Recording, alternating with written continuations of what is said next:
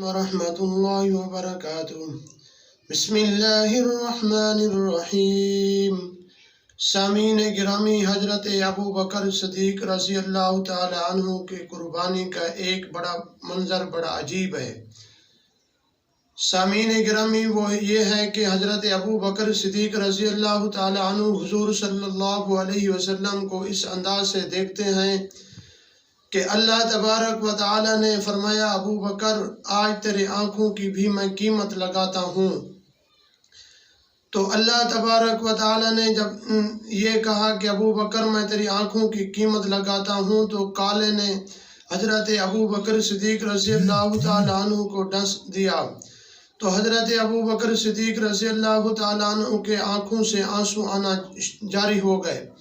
تو حضرت ابو بکر صدیق رضی اللہ تعالی عنہ نے اپنے آنکھوں کے آنسوں کو صاف کرنے کے لیے اپنا ہاتھ اپنے سر کی طرف بڑھایا، تو پگڑی اتار کر اپنے آنکھوں کے آنسوں کو صاف کرو۔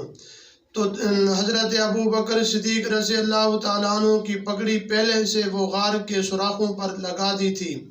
تو حضرت ابو بکر صدیق رضی اللہ تعالیٰ عنہ کو پھر خیال آیا کہ اپنے کرتے سے صاف کروں۔ کرتے کی طرف دیکھا تو حضور صلی اللہ علیہ وسلم آرام فرما رہے ہیں۔ تو حضرت ابو بکر صدیق رضی اللہ تعالیٰ عنہ کو پھر خیال آیا کہ اپنے ہاتھوں سے صاف کروں۔ تو پھر تقدیر کا یہ فیصلہ تھا کہ ابو بکر اپنے ہاتھوں کو بھی روک۔ آج اللہ تبارک و تعالیٰ تیرے آنکھوں کی آنسوں کی بھی قیمت لگانا چاہتے ہیں۔ تو حضرت ابو بکر صدیق رضی اللہ تعالیٰ عنہ کی آنکھوں سے جو آنسو نکل رہے تھے، وہ زمین پر نہیں گرے، بلکہ حضور صلی اللہ علیہ وسلم کے چہرے مبارک، چہرے انور پر گرے ہیں۔ تو حضرت ابو بکر صدیق رضی اللہ تعالیٰ عنہ کی یہ پہلی تمنا تھی کہ میرے آنکھیں ہوں اور حضور صلی اللہ علیہ وسلم کا چہرہ ہو کہ میں دیکھتا رہوں۔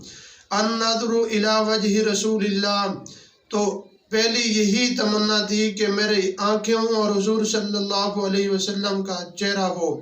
دنیا والوں کو حضرت ابو بکر صدیق رضی اللہ تعالیٰ عنہ نے دکھا دیا۔ کہ سامعین گرامی، دعا ہے کہ اللہ تبارک و تعالیٰ میں کو اور آپ کو حضرت ابو بکر صدیق رضی اللہ تعالیٰ عنہ جیسا بنائے۔ وما علینا الا البلاغ المبین۔